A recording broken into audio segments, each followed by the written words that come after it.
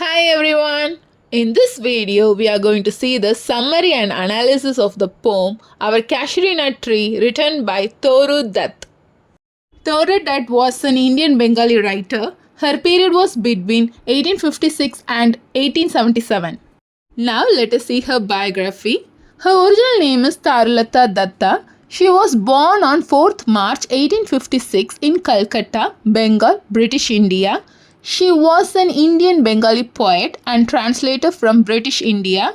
She wrote in English and French. She was one of the founding figures of Indo-Anglian literature. Her father worked as a magistrate in Calcutta. Toru had a sister Aru and brother Abji. Toru was the youngest of three siblings. She was educated at home by her father and by an Indian Christian tutor. Her first language was Bengali. She learned French, English and Sanskrit. She developed a love for English literature. In 1869, at the age of 13, her family left India. Her family spent 4 years living in Europe, 1 year in France and 3 years in England. Toru returned to Calcutta in 1873 at the age of 17. Her family was influenced by the Christian Catholic missionaries and later converted to Christianity.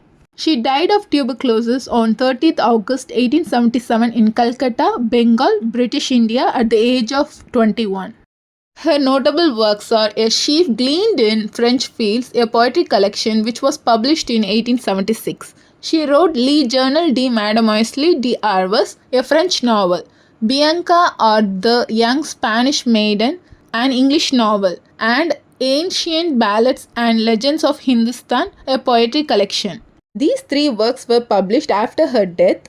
Her important poems are Sea of Foliage, The Lotus, Sita, and Our Casuarina Tree. Our Casuarina Tree is a poem written by Toru Dutt which was published in 1881. This poem was included in the poetry collection Ancient Ballads and Legends of Hindustan, which was published posthumously in 1882.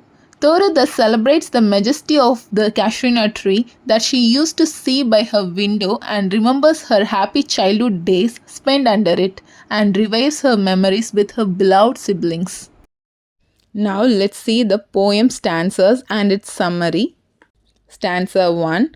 Like a huge python winding round and round, the rugged trunk indented deep with scars, up to its very summit near the stars, a creeper climbs, in whose embraces bound no other tree could live, but gallantly the giant wears the scarf, and flowers are hung in crimson clusters all the boughs among, whereon all day are gathered bird and bee, and oft at nights the garden overflows with one sweet song that seems to have no close, sung darkling from our tree, while men repose. Now let us see the summary of stanza 1. The poet describes the majestic Casuarina tree that grows in her garden. It's covered with a creeper that winds around it like a python, thick and strong. The creeper has crimson flowers and the tree itself is home to birds, bees and animals. Monkeys play on it and cuckoos sing, making the tree full of life and energy. Imagery of strength, life and connection to nature is vivid here. Stanza 2. When first my casement is wide open thrown, at dawn my eyes delighted on it rest. Sometimes and most in winter, on its crust, a grey baboon sits statue-like alone, watching the sunrise, while on lower boughs his puny offspring leap about and play. And far and near kokilas hail the day, and to their pastures wend our sleepy cows, and in the shadow on the broad tank cast by that hoar tree, so beautiful and vast, the water lilies spring like snow enmassed. Let us see the summary of stanza 2. The poet views the tree at dawn and hears the sweet notes of birds. The tree is filled with natural music and movement. She speaks of how the Casuarina tree brings back beautiful memories of her childhood. The tree stands like a guardian, strong and proud against the sky. The tree becomes a symbol of memory and nostalgia. Stanza 3, but not because of its magnificence, dear is the Casuarina to my soul. Beneath it we have played, though years may roll. O sweet companions, loved with love intense, for your sakes shall the tree be ever dear. Blent with your images, it shall arise in memory till the hot tears blind mine eyes. What is that dirge like murmur that I hear, like the sea breaking on a shingle beach? It is the tree's lament, an eerie speech that haply to the unknown land may reach. Now let us see the summary of stanza 3. Now, living far away in France, the poet reflects on how the memory of the Casuarina tree brings comfort. She can't hear the tree's sounds or see it in real life anymore, but she feels its presence in her heart and dreams. The tree becomes a bridge between her past and present, her homeland and her current location. It symbolizes longing for home and emotional connection despite distance. Stanza 4, unknown yet well known to the eye of faith. Ah, I have heard that wail far, far away, in distant lands, by many a sheltered bay, when slumbered in its cave, the water wraith, and the waves gently kissed the classic shore of France or Italy, beneath the moon, when earth lay tranced in a dreamless swoon, and every time the music rose before mine inner vision rose a form sublime. Thee form, O tree, as in my happy prime I saw thee in my own loved native clime. Let us see the summary of stanza 4. The tree is associated with the memory of her lost siblings, her brother and sister, with whom she spent joyful days under the tree. Now they are no more, but the tree remains, reminding her of those cherished moments. Her deep grief and love are intertwined with the image of the tree. Tree becomes a memorial, a living tombstone of her lost loved ones. Stanza 5. Therefore I fain would consecrate a lay unto the honor, tree beloved of those who now in blessed sleep for aye repose, dearer than life to me. Alas, were they?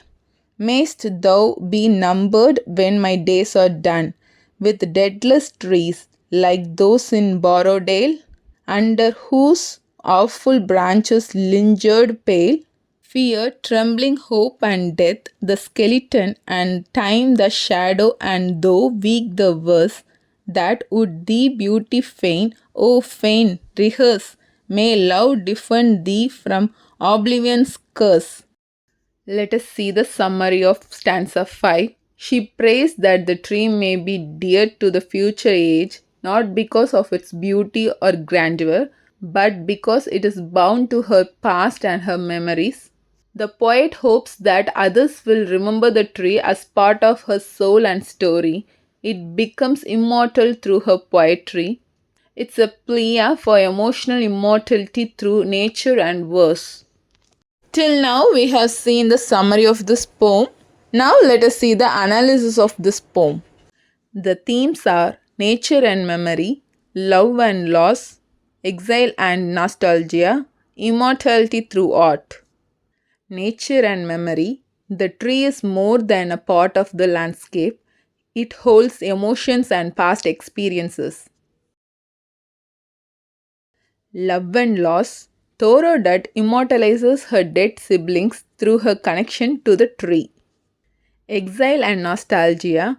Living abroad, she expresses homesickness for India and her childhood.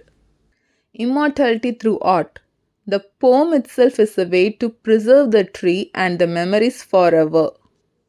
The literary devices used in this poem are personification. The creeper is described like a huge python. Imagery, rich natural imagery throughout the poem, such as flowers, bees, sunrise, and tree. Allusion, the poet refers to nature as a divine power. Symbolism, The tree is a symbol of memory, strength, and permanence. Tone starts with admiration, moves to nostalgia, and ends with emotional prayer. Now let us see the structure and style. The poem is written in 5 stanzas of uneven length. Romantic influence reflects poets like Wordsworth and Keats in love for nature and the spiritual depth of memory. Personal elegy, mourning her loved ones through a natural symbol. Now let's see the emotional core of the poem. Our Casuarina tree is not just about a tree. It's about childhood innocence, familiar love, grief, and the desperate hope to hold on to what time tries to erase. The tree becomes a silent witness to the poet's joys and sorrows, and through her poem, she ensures it lives on, just like the people and moments it represents. For more videos on English language and literature, subscribe and watch our YouTube channel English Language Waves.